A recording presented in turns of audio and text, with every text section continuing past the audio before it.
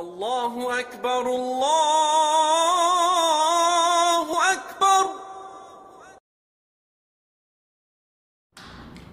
السلام علیکم ورحمۃ اللہ وبرکاتہ۔ الحمدللہ وکفا والصلاة والسلام علی عبادہ الذین اصطفیٰ، اما بعد، اللہم صلی علی محمد وعلی آل محمد۔ محترم سامعین کرام، آج کی ہماری اس گفتگو میں نماز کی فضیلت کو بیان کیا جائے گا۔ اللہ تعالیٰ جل شانہ کا فرمان ہے، اعوذ باللہ السمیع العلیم من الشیطان الرجیم واستعینوا بالصبر والصلاۃ وانہا لکبیرۃ الا علی الخاشعین، سورہ بقرہ۔ اور صبر اور نماز کے ساتھ مدد طلب کرو، اور بلا شبہ وہ یقیناً بہت بڑی ہے مگر ان عاجزی کرنے والوں پر۔ اور ایک اور مقام پر اللہ تعالیٰ جل شانہ نے فرمایا، اور جو لوگ کتاب کو مضبوطی سے پکڑتے ہیں اور انہوں نے نماز قائم کی، یقیناً ہم اصلاح کرنے والوں کا اجر ضائع نہیں کرتے۔ اور ایک اور مقام پر رب کائنات نے ارشاد فرمایا، وَأَقِمِ الصَّلَاةَ إِنَّ الصَّلَاةَ تَنْهَى عَنِ الْفَحْشَاءِ وَالْمُنكَرِ، اور نماز قائم کر، بے شک نماز بے حیائی اور برائی سے روکتی ہے۔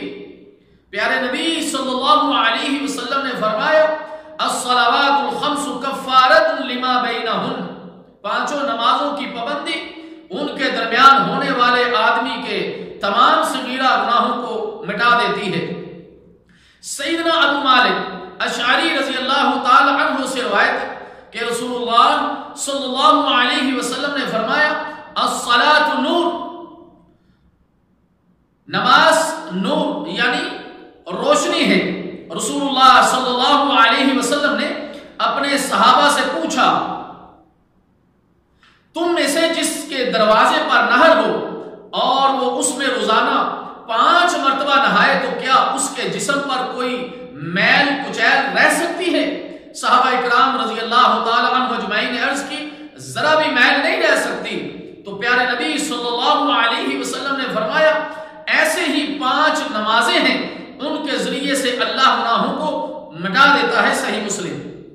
ایک اور حدیث میں رسول اللہ صلی اللہ علیہ وسلم نے فرمایا، اِنَّا لِلَّهِ مَلَكًا يُنَادِي عِنْدَ كُلِّ صَلَاةٍ يَا بَنِي آدَمَ قُومُوا إِلَى نِيرَانِكُمُ الَّتِي أَوْقَدتُّمُوهَا عَلَى أَنفُسِكُمْ فَأَطْفِئُوهَا بِالصَّلَاةِ، بے شک ہر نماز کے وقت اللہ کی طرف سے ایک فرشتہ صدا لگاتا ہے، اے لوگو، اس آگ کو بجھانے کے لیے اٹھو جس کو تم نے اپنے گناہوں کی بدولت اپنے لیے جلا رکھا ہے، اسے نماز کے ذریعے بجھا دو۔ اور رسول اللہ صلی اللہ علیہ وسلم نے ارشاد فرمایا، جب اللہ تعالیٰ جہنمی لوگوں پر رحمت کرنے کا ارادہ کرے گا تو فرشتوں کو حکم دے گا کہ جس نے بھی خالص اللہ کی عبادت کی ہے اسے جہنم سے باہر نکال لو۔